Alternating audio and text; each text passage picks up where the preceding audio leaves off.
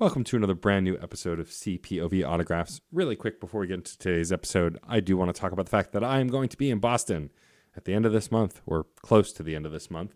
From the 21st to the 24th of April, I will be at PAX East 2022. I'm very excited.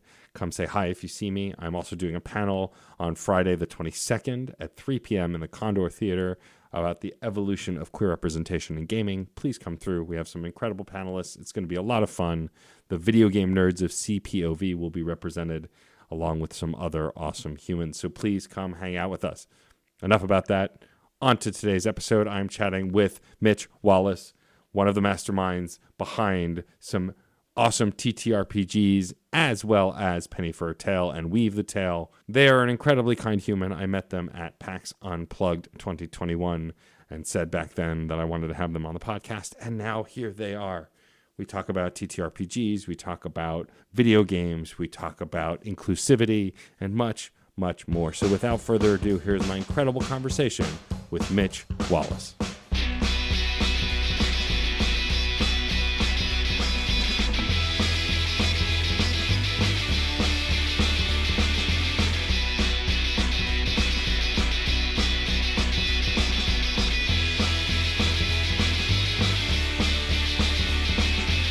Let's roll this. That sounds cool. Let's do it.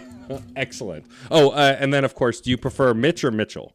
Either one. I judge people accordingly. Not like they're not bad judgment. It's just there's a list and there's a list. Yeah, and I'm gonna figure out what the list means, but later. Later. You're just keeping track now. Mm-hmm, exactly.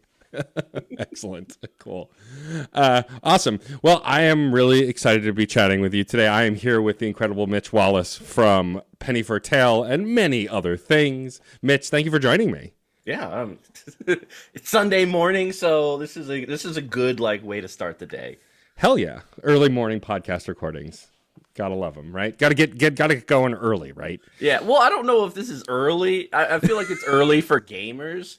But fair enough. Yeah, I mean it is noon when we're recording, but it still feels like I'm waking up. I don't know. I think we're gamers, so it's very much we were probably up late at night thinking about a character and oh man, should I spend XP on next? Oh god, and then you just end up it's 2 a.m. and you're like, oh crap, I should have gone to bed hours ago. So I met Mitch at PAX Unplugged last year, which was a lot of fun, through our mutual friend Peter, who's also a TTRPG and tabletop master. I think, Mitch, before we get any further, why don't you tell folks a little bit about what Penny for a Tale is? Because I've been reading the website for weeks, and I love what y'all are doing. But give the quick few-minute pitch. Yeah, Penny for a Tale LLC was kind of founded and created with the idea of exploring the TTRPG space and creating content, either through streaming via our partner channel, Weave the Tale, or just writing and marketing and doing art direction. So it's just kind of the company that wants its little fingers in everything, and to help make the space a little bit better. That's amazing. I love it. Yeah, and so you're one of the co-founders. So talk to me a little bit about how Penny for a Tale came to be. Or have you just been a lifelong TTRPG player and you're like, you know what? I'm going to do... You put on the Thanos glove, I'll do it myself. Yeah, it's awkwardly putting it in. I mean, my Thanos glove is my cooking glove, which really just says, I'm going to feed all of you, and it's stained with meatball sauce. But it just, I started role-playing in 2013, 2012. So I'm relatively new-ish because I didn't start when I was a kid. It was very much in grad school. And then I started LARPing. I dived into TTRPGs and then I found LARPing and I was like, I want to do that. I want to do that thing. Yeah. I want to be weird. Be really weird. So I did that for a long time. And it wasn't until the first year of PAX Unplugged, I was able to go to the convention and I saw the plethora of other TTRPGs out there. And I was like, I fell in love, got addicted, hopped on the Kickstarter, spent way too much money. And after that, my friends were just like, you should do a Twitch channel. And I was like, that's stupid. But then eventually they just browbeat me into doing it. Yeah, that's how that goes. Mm-hmm. And it just kind of grew from there. Like I love chatting with people and creators a lot. That their passion just kind of rubbed off on me, and then that's how the cookie crumbles.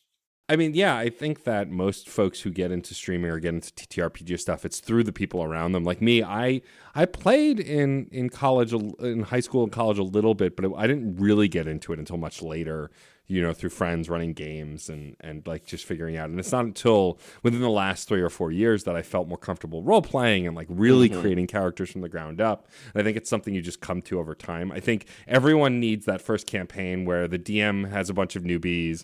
They let you get away with almost anything. You just kind of feel your way through a campaign. Yep.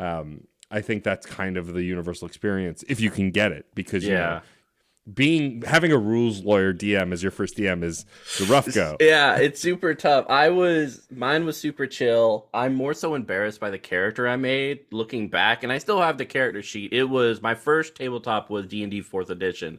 Okay. And I made the edgiest assassin I could make between like the race and the class and the way he carried himself. It was so edgy that I look back and I hope no one remembers it. And I'm glad it's nowhere to be found except in the memories of myself and my friends. So yeah, it's... Look, we all make mistakes going through character creation. We learn from them and we grow. Yeah, it's like, 4E had that character builder online, that like platform. So you didn't need any of the books. And I felt like I just chose like, what I was like, just give me the edgiest, like search function edgy.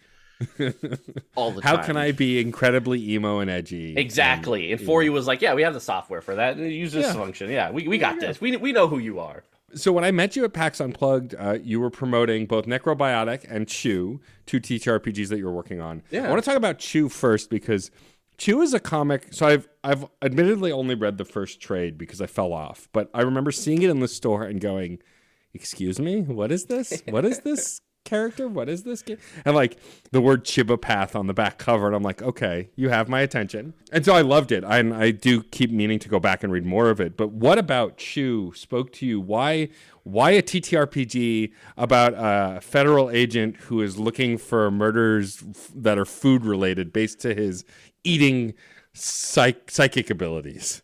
Yeah, so when I was dating my now wife, she was trying to figure out a birthday present for me, and she went to the comic book store and explained the type of person I was, and they brought Chew to her, and then she gave it to me, and I was like, oh my god, this is perfect. And I read like all of them. I was like, this is amazing. It's the perfect balance between dark and comedic, which I love, and some other shows do that well. I think Umbrella Academy does that pretty well too, the show. For sure. And so like having that kind of genre in the TTRPG world where it's like explicit in the beginning.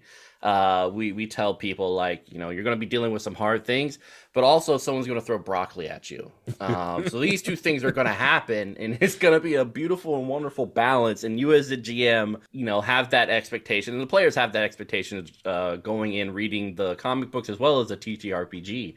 And so that was kind of like the genre we wanted to hit, was that super dark, but also broccoli. And throwing that stuff together. And Chew, the world, the universe just made complete sense, and I already had a huge love and adoration for the setting and the people involved with it. So I was like, let's do this, because I want food-related powers. I mean, who doesn't, right? Yeah. Like, how could you not?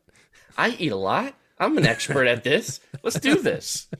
I can cook and eat as well. It's everyone loves food, I feel. And in some capacity, there's a food type that you really enjoy. So you can be like, hey, let's do this. When we met at PAX Unplugged, you gave me a small like character guide for also something that's been kickstarted, a newer project called Necrobiotic.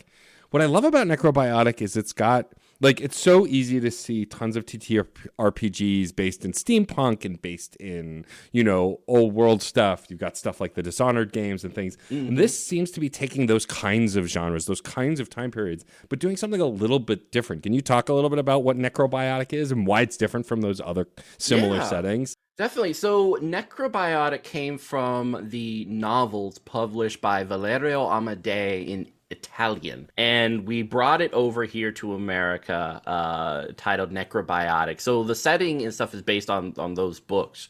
The card system is based on the TTRPG system that they used over in Italy too, which also has the same name, El Ingranaggio. And putting it all together here for the U.S. audience. So not only do we have like a very unique and interesting card system, but also the setting in of itself is this weird.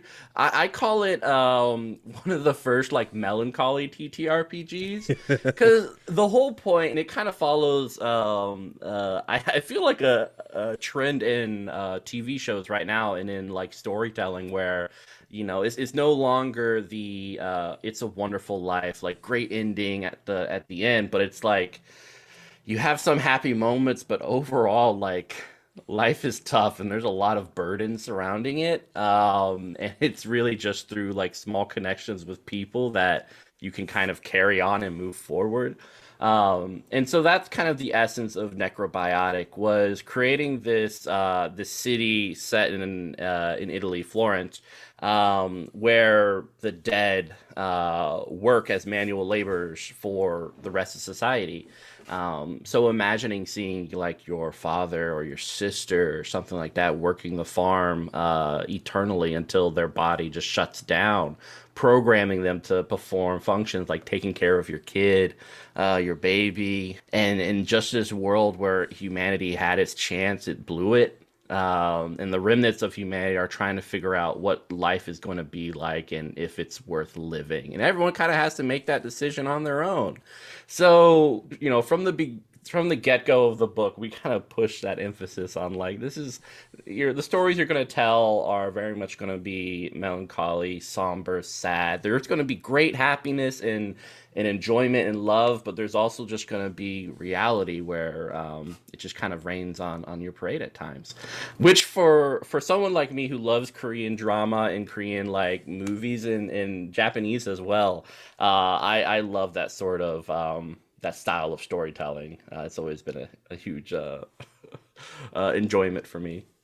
I mean, it sounds like it's something very different. And like, gee, I can't imagine why you'd want to tell stories about somber and humanity's greatest mistakes during an ongoing pandemic that seems to never end. That just doesn't line up at all. Why would you come to that idea? I know, right?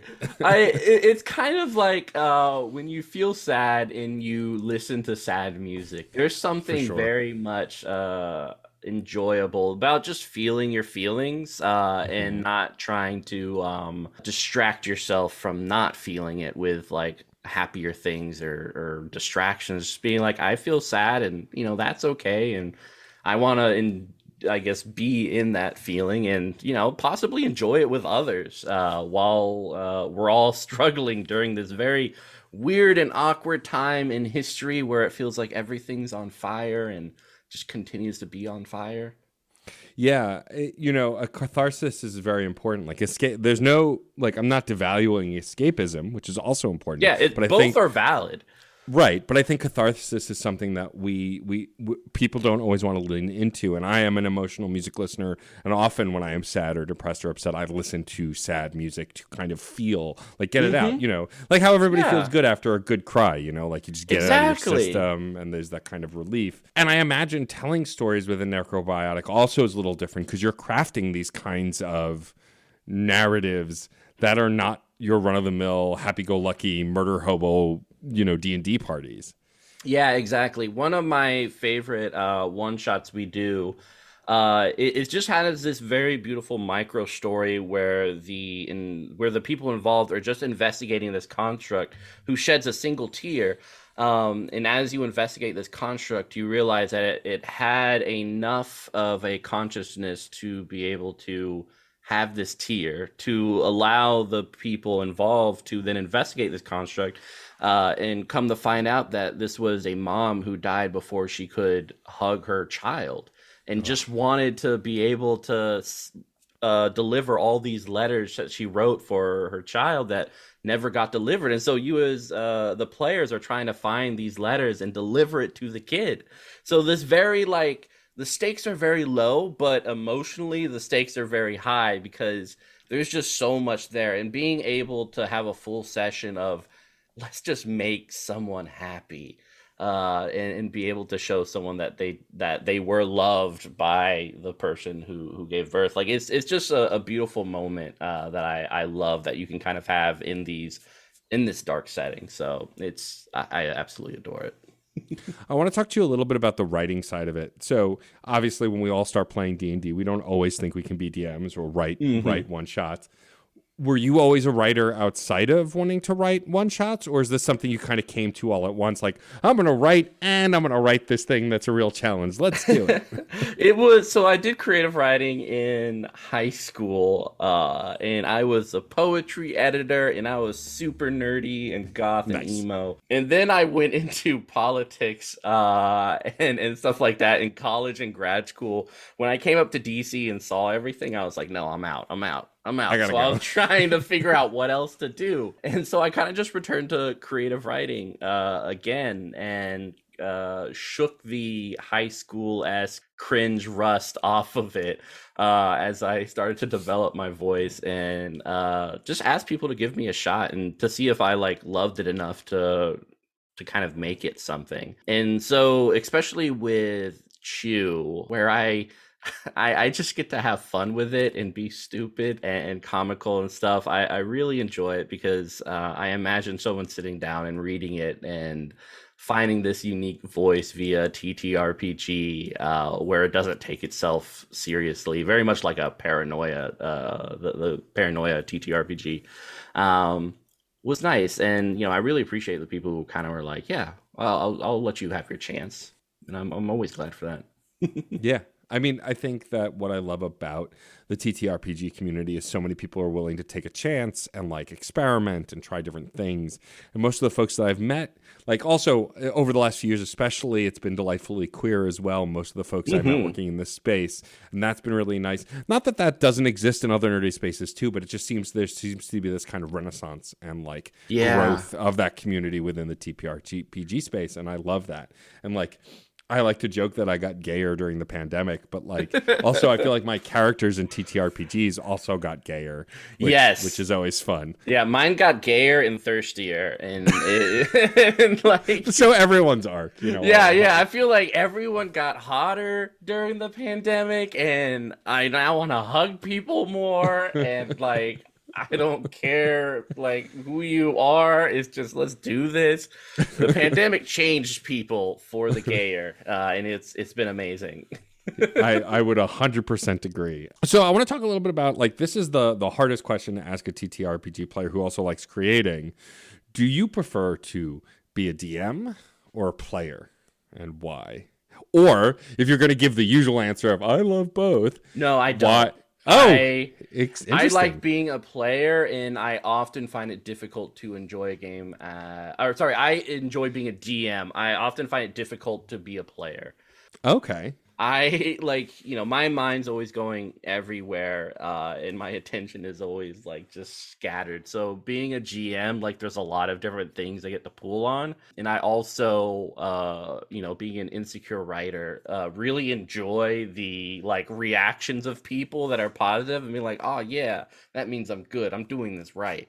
And so GMing is one of my favorite things to do, and I rarely am a player. Just because when I am a player, there's usually not enough activity to keep me occupied. But some I still enjoy. But yeah, it's definitely GMing. I GM probably 95% of games that I'm a part of, in a very small subset. I'm a player. Oh wow, okay, interesting. No, I love that. How do you feel as a GM? Do you like when your players go way off base and ruin the script? Yes. Oh, yeah. I used to plan when I first started off, and now I don't write a single thing down because what I like to see is, and especially in the Shadowrun campaign I'm running now, is just watching people's reactions and stuff like that. And there's just these small amount of things, cues, and the way that they react and the things that they say out of character that help weave the story together. And so I love it when players are like, oh, this is so complicated, and I love what you did with it. And it's no, whatever you gave is really all of it. And the only thing I'm doing is making a lot of assumptions and putting them together. So really just thank you. So, yeah. I love that. Do you find that it's tougher to put together campaigns to be live streamed or to be recorded versus just doing private games? Do you feel like there's more pressure to kind of perform a little bit for those? Yeah, really for me, the difference between live and private games is live games I'm pulling from individuals who I know have a reputation for being very engaging players. Like the whole point of it is to create like a very engaging story that's entertaining for the audience. And so it's like, people who in my private game are in the background just eating nachos and like chilling out, like that's cool and everything, but I also would not have those people in like the streaming aspect. So it's very much like when we're streaming, I'm looking for a particular person who can react quick, who's usually great at improv, who has charisma, who people want to see on screen, so that it's entertaining. And so all my prep is very different because I'm used to those type of people because most of my games are streamed. And then I just started doing private games again because we're not through the pandemic, but we're at a point at least where people who are vaccinated and everything and feel safe enough can have private games together. And so when that happens, I'm just like, I don't care who you are, just come play and we'll chill out. And sometimes we'll go on tangents that have nothing to do with the game, and it's kind of like board game night for me. Nice. Yeah, I do miss, like, I was a big board game night person before the pandemic, and like we get together with friends almost weekly, and like I didn't realize how, like, I knew I enjoyed it, but I didn't realize how much I'd miss it until it was gone. And like that same group tried to do like tabletop simulator game nights, and we kept doing them for a while, but I feel like I love playing remote games. Most of my TTRPG games are remote because my friends moved to all over the place. And so we're just playing online and through Roll20 and stuff. And I don't mind that, but I feel like nothing compares to the in-person experience. Do you feel the same? I feel like there's this chemistry for in-person gaming that just doesn't exist with online gaming. Yeah, and like conversations happen less online because of the necessity and the awkwardness of having multiple conversations going via like a Zoom chat or something like that. One conversation can be had at any given time, and no others. And if you are eating nachos, you got to mute that. And you can't like talk or anything like that. You got to mute it. And so, yeah, that was the biggest thing. And probably one of the greater frustrations is wanting to be able to talk to different people. And like during combat, especially, like, I don't know how you did it. Like, because what were you playing? Like, Pathfinder D&D or Pathfinder, Pathfinder, what, first edition or second? I believe it's first edition we're still playing. Yeah. Nice. Yeah, my wife loves first edition. It is ridiculous how much she loves it. And yeah, but you and I both know combat's like one round, it can take a decent amount of time. And so like, normally if you're in person, you're like chilling around, you're making jokes on the side. Like it's a very chill atmosphere. But if you're on Zoom or something like that, you kind of have to be like focused and or playing like Final Fantasy Online on the side to engage yourself in between rounds. So I'm curious what you did like in between rounds, or what you guys ended up doing. I mean, we try and keep it interesting and keep combat engaging. I think part of it is being invested in the narrative, and like we do it via Discord, so we have a chat on the Discord so like we can share gifs and like make crack jokes there, so we're not interrupting combat. But yeah, it's weird. Like I feel like TTRPGs are now catching up to something gaming's been struggling with for a while, like video games. For me, like playing, like the best example of it is Smash Brothers or Mario Kart. Like playing those games with people in a room on a couch will always be wildly more entertaining than playing online via Discord call. I like doing it, and I don't hate it, but it's just not the same. It's not. It's the trash talking, the goofing off. Like I'm brought back to reminiscing about the N64 era, right? Like where you could get 4 folks on a couch and play a game together and just like annoy each other while playing, Exactly. That kind of thing just doesn't really exist in the same way anymore. And I don't like, but to that end, I have friends all over the country that I can now play games with that I couldn't before. And that's nice. But it just, there's something about losing, with the TTRPGs and the board games, losing that in-person experience that makes it hard. That's why I was so happy to be back at PAX Unplugged, because getting to sit at a table all masked and all, spaced enough that we felt safe, but playing board games together. Like, I can't even remember which game it was now, but there was a game that I played with two of my best friends who I hadn't seen in a long time, who were based out in Philly. And just sitting at the table together playing a game together was like revolutionary because we just hadn't had that experience in so long. Is it like just, it can't be copied. Because, I used to play Halo. Halo was my game night. We would all play multiplayer till we would get one of those big like cartons of like those like Cheeto-esque puffballs, and we would go all night drinking or eating that and drinking like Coke and Mountain Dew. Stuff, the ramifications we are still dealing with today. But like doing that till like 4 a.m. And being absolutely stupid all night. Like if I was watching myself, I'd be like, "Who is this?" But also that person was having so much fun. That aspect is kind of sad to see it go, but there is an enjoyment to the kind of online experience too. But of course, I think it they all have their plus and minuses, and I'm grateful for the online TTRPG campaigns I have because they've run longer than any of my in-person games just because of everyone's schedules and stuff. Where when you just sit down at a computer, it's easier to schedule than if we all have to go to someone's house and pick up snacks and all that stuff. And there's a give and take to it. Is there something that you miss from the TTRPG space that you want to bring back or that you want to see more of, or just like something in your DM style that you don't see a lot of that you're excited to kind of bring to the masses?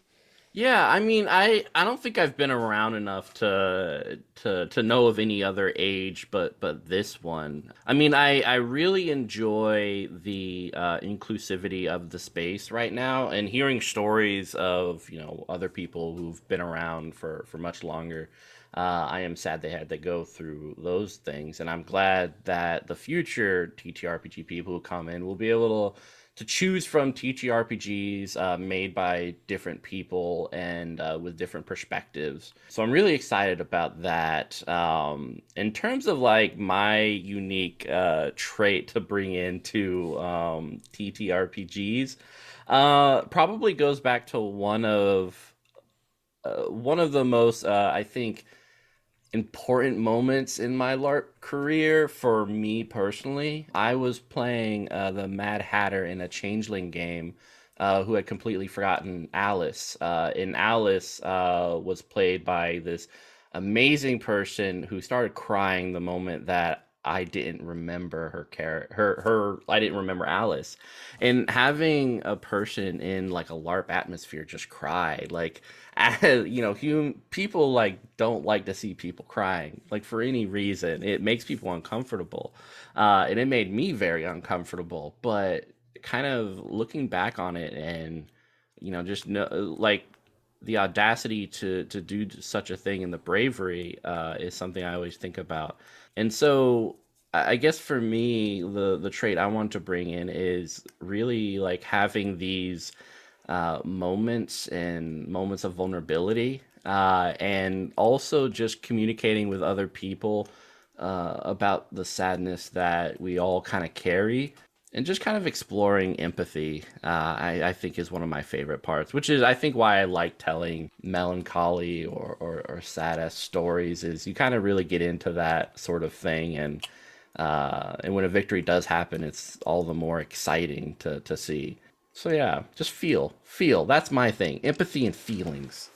I mean, I love that. Of course, we have the bullish members of the community who pushed back against like content warnings and talking to your players. But that's something I always wanted. Not something I always thought of. And I think it's based on our individual experiences when we would think about that kind of stuff. But I'm all in favor of talking things out and understanding what people are comfortable with and not putting people in situations that they're not comfortable with.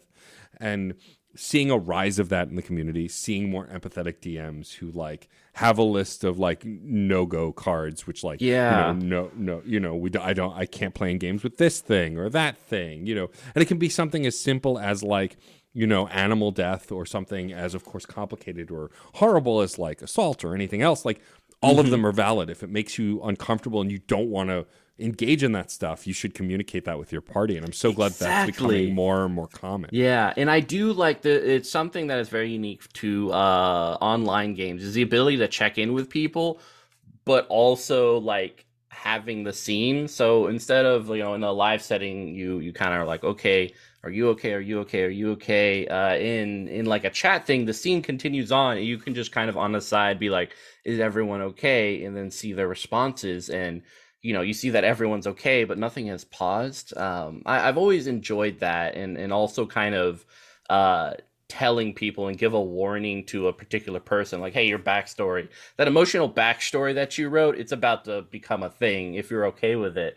But just to warn you emotionally about what's about to happen without like pausing game or like, you know, divulging to the other players who are going to get to experience it too, is very nice. So I love the way that online you can really kind of check in periodically without stopping game. It's really cool. Though if you were live, you should definitely stop game and check in on people.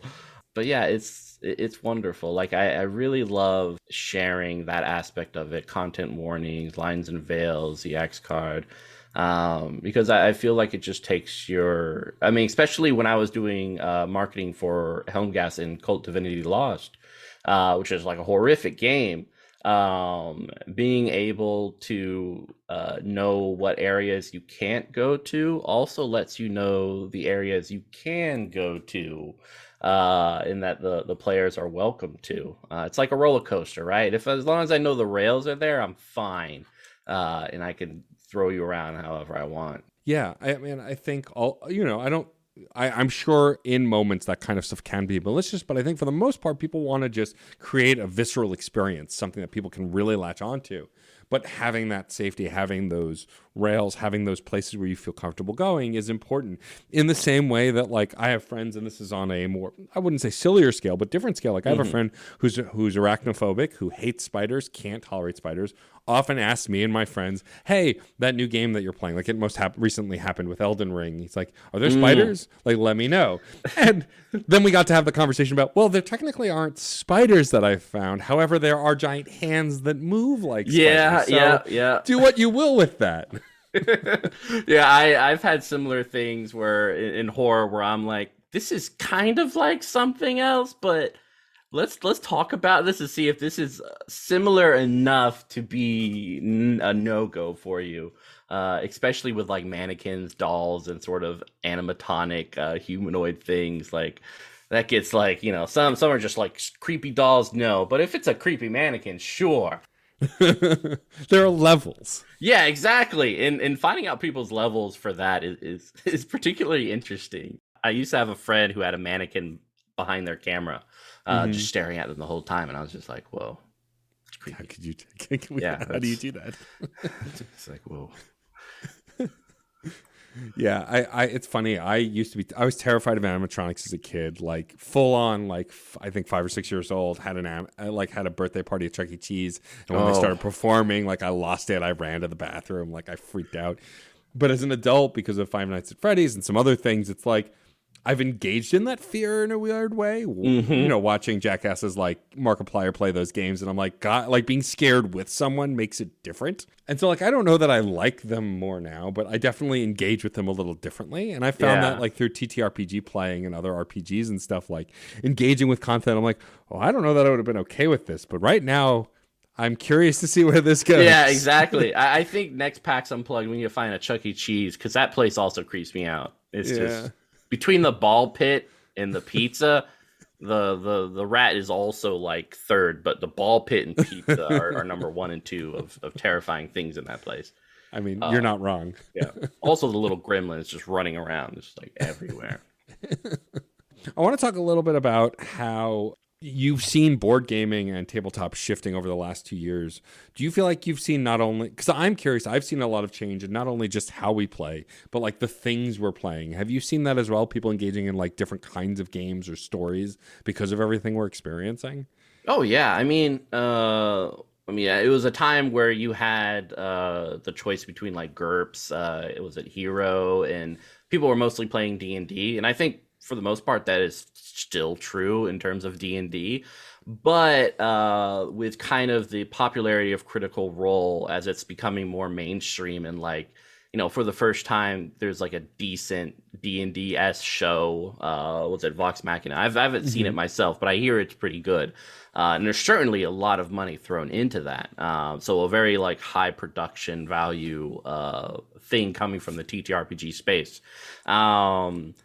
It's really cool to see now that there are different options and different ways of playing than there was, even 5 years ago. Like every year, something new and amazing comes out that continues to push TTRPGs.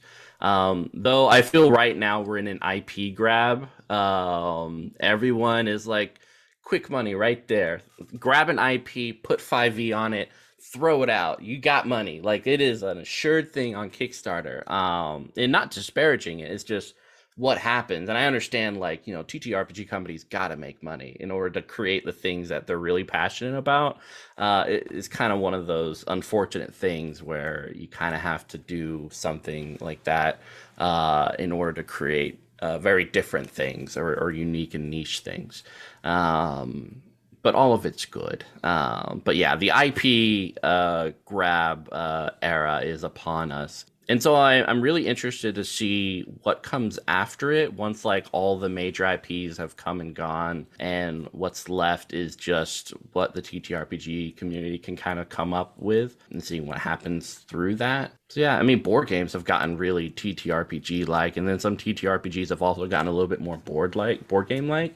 Yeah. So seeing the two mixed and mesh pretty well is cool. You can almost get a new person who at first hates TTRPGs. You start them with board games, and you just like slowly crawl through the board game until you're getting into storytelling board games, and then you're like, oh look, we're playing D&D. Like, oh.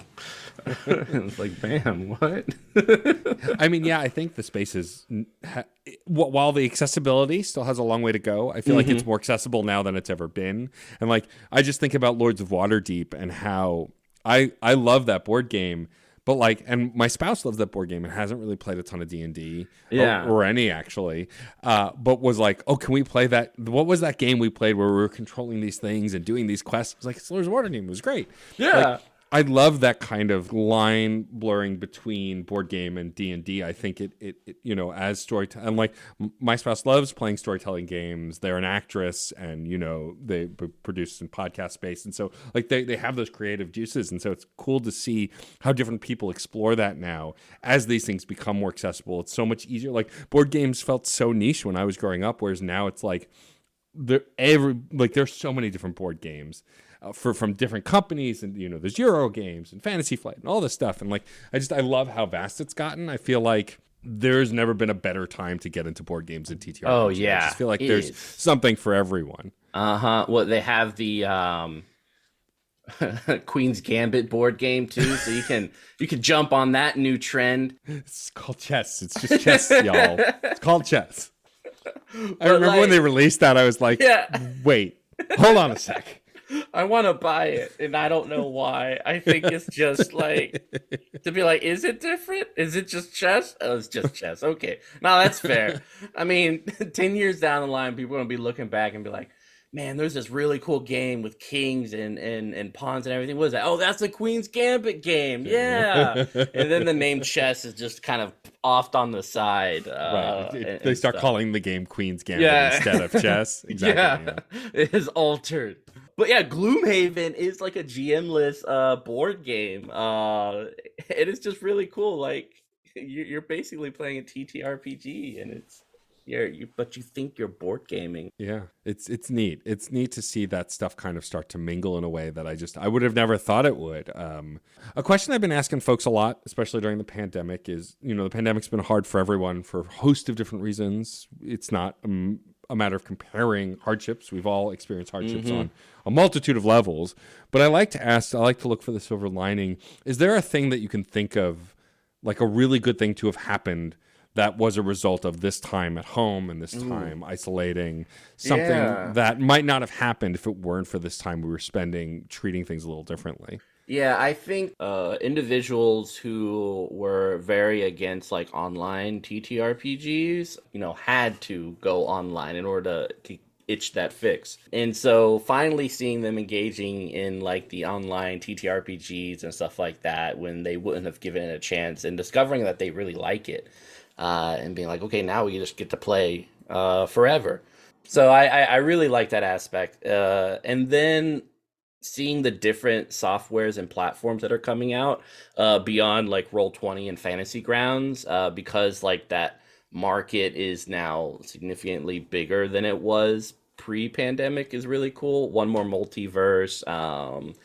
I think Alchemy also has another platform coming out. Like, it's just really cool to see all these new and interesting things that you can kind of play with. Like, animated backgrounds are now becoming like a thing, and it's easy for GMs to manage, and it's no longer reserved for people who have like a big screen TV on their table.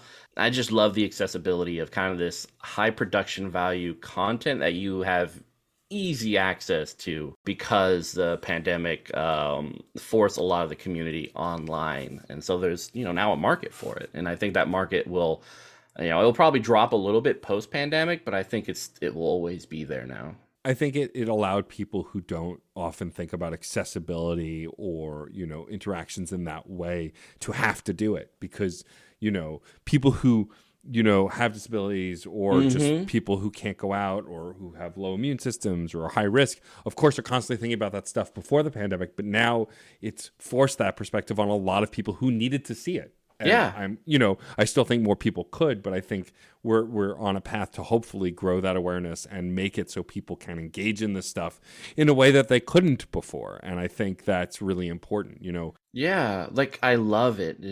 It's awesome to see. Yeah, I've always been like an advocate of like, it's especially in the video game space, since I have a few podcasts in that space. It's like, the term gamer like is hit or miss at this point. Some people like it, some people don't. But I feel like gatekeeping being a gamer behind you have to play these hardcore games that are really tough and difficult is dumb. And through the pandemic, like between Animal Crossing and certain mobile games, Pokemon Go, the idea of being someone who plays video games is not just locked to playing Halo multiplayer on Xbox.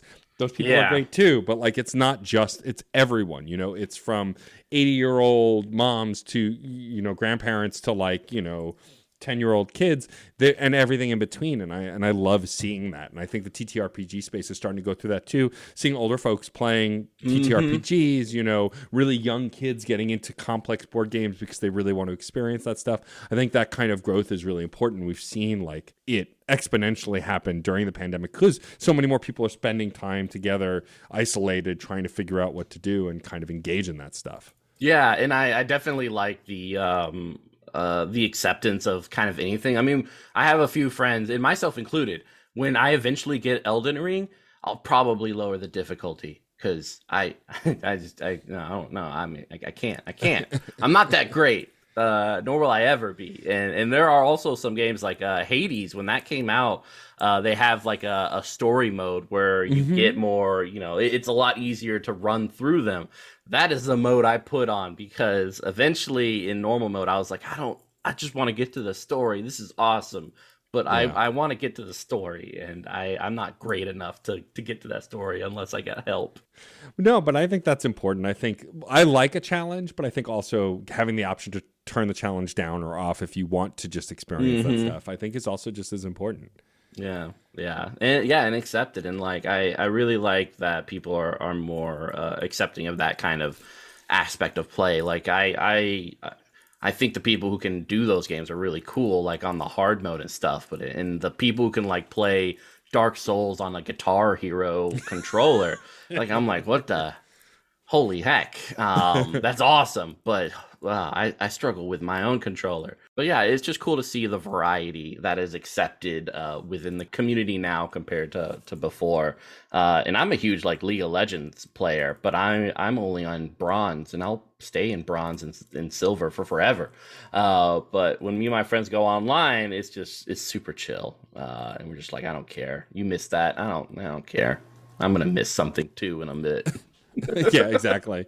Yeah, I enjoy community gaming where the pressure is not to do well, it's to have fun, and that, no fault to people who like to be competitive. It's just that's not for me.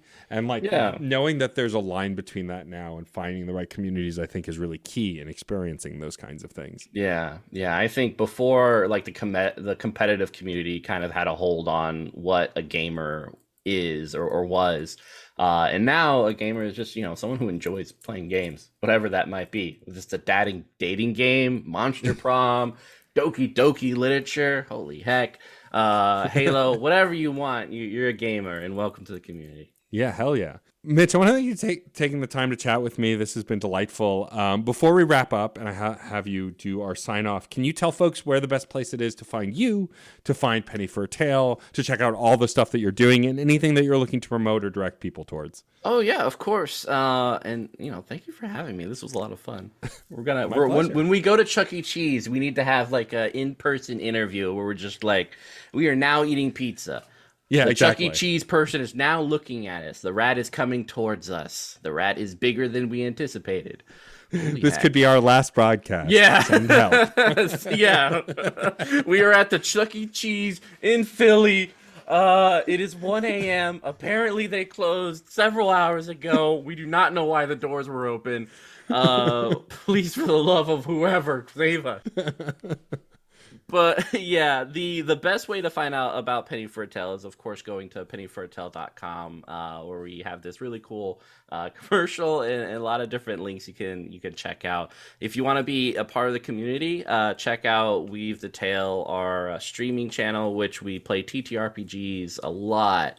And we have a Discord associated with that where people kind of chill, hang out, talk about games, and they're just like really nice to each other. It's ridiculous. Yeah, it's a lot of coffee talk, like a lot of I need coffee this morning, and then we're all like, how did everyone do post coffee? Which I just feel like everyone needs every day. Of course, Necrobiotic, we're about to close and charge the cards for the post-Kickstarter backer kit. So we are coming up very close to having it all set and done. Chew continues to chug along. So if you want something to chew on, insert laugh right there. There you go. There you go. Laugh track. Then definitely check it out. I assure you, it's just gonna be ridiculous and fun, and just silly and amazing. I had some of the best one shots at PAX Unplugged as well as Gen Con. It's just ridiculous. And then another big thing I'm doing is later this year we are kickstarting a game called. Right now it's called Dolls. I don't know if that will stay, but it's a unique TTRPG using the Simbra mechanics, the roll under d20s with the abilities and such. But and very much inspired by the movie Nine or the work done by the brothers Quay with these stop motion dolls. And so we have a photographer in China who specializes in taking pictures of dolls, these very real like dolls. And so we have all these scenes and stuff. So it'll all be photography within the book, set in a very dark fantasy post-apocalyptic Earth. And so I'm really excited about that. I've definitely found through it how much of the community just does not like dolls. But as a huge fan of the creepy and the morbid, like dolls are just right on my level. And so I'm really excited to see that come sometime in October. But other than that, I'll be at Gen Con, I'll be at Origins, and PAX Unplugged this year. So I'm just excited. Will you be at any of those? So I don't know about Unplugged. I am currently going to PAX East as of this recording, and I have a panel at PAX East, and so that's exciting. But we'll see how the year goes. With the cases ballooning, it's hard to say. Yeah, it's always very difficult to figure case out. By case. Yeah, you just gotta understand. But also, Mitch, if folks want to find you, is there a place they can find you? Oh, on social? Yes. Oh, you're on point here. Yeah. So you can find me on Twitter at Mitch S. Bustillos on Twitter. And I usually post daily some sort of absurd, weird thing. So nice. He's a good follow. Definitely go follow him. You'll get weird stuff. It'll be great. It'll be great. Well, Mitch, thank you again for joining me. This was a lot of fun. I'm looking forward to playing board games with you at some point in the future. The last thing I'll ask you to do is we have a saying on this show. It's born out of my now on hiatus music show. The saying is music is life and life is good. It's this idea that as long as you're making stuff, even when life gets really hard, if you're spending that creative energy, you can kind of push through by generating that kind of love for the creative. So if you could say music is life and life is good, we will end the show. Ooh, you know what? Music. Oh God, what was it? I just what is it? Music is life, life is good. Yes, that is it. That can be your take, or you can take it again. It's up to you. Yeah, no, I feel like that's a perfect take. That encompasses all of who I am. Yeah, the like panic of life is great. Yep, it's great. We're chugging along. That's it for this episode of CPOV Autographs. Our theme music is by Michael Kill. Our logo was designed by Case Aiken and Joey Amons. If you liked the show, please rate and review wherever you get your podcasts. It's a great way to help us reach more listeners. Questions, comments, or guest recommendations? Email mr.nat.storm@gmail.com or hit us up on Twitter at CPOV Autographs. Thank you so much for listening. Hey there, Screen Beans. Have you heard about Screen Snark? Rachel, this is an ad break. They aren't screen beans until they listen to the show. Fine. Potential Screen Beans. You like movies and TV shows, right? I mean, who doesn't? Screen Snark is a casual conversation about the movies and television shows that are shaping us as we live our everyday lives. That's right, Matt. We have a chat with at least one incredible guest every episode, hailing from all walks. We've interviewed chefs, writers, costumers, musicians, yoga teachers, comedians, burlesque dancers, folks in the film and TV industry, and more. We'd be delighted for you to join us every other Monday on the Certain POV Podcast Network. Or wherever you get your podcasts, fresh and tasty off the presses. What? That's not... Can I call them Screen Beans now? Fine. Screen Beans! So tune in and we'll see you at the movies or on a couch somewhere. 'Cause you're all Screen Beans now. You will be mine. Aurora. CPOV. CertainPOV.com.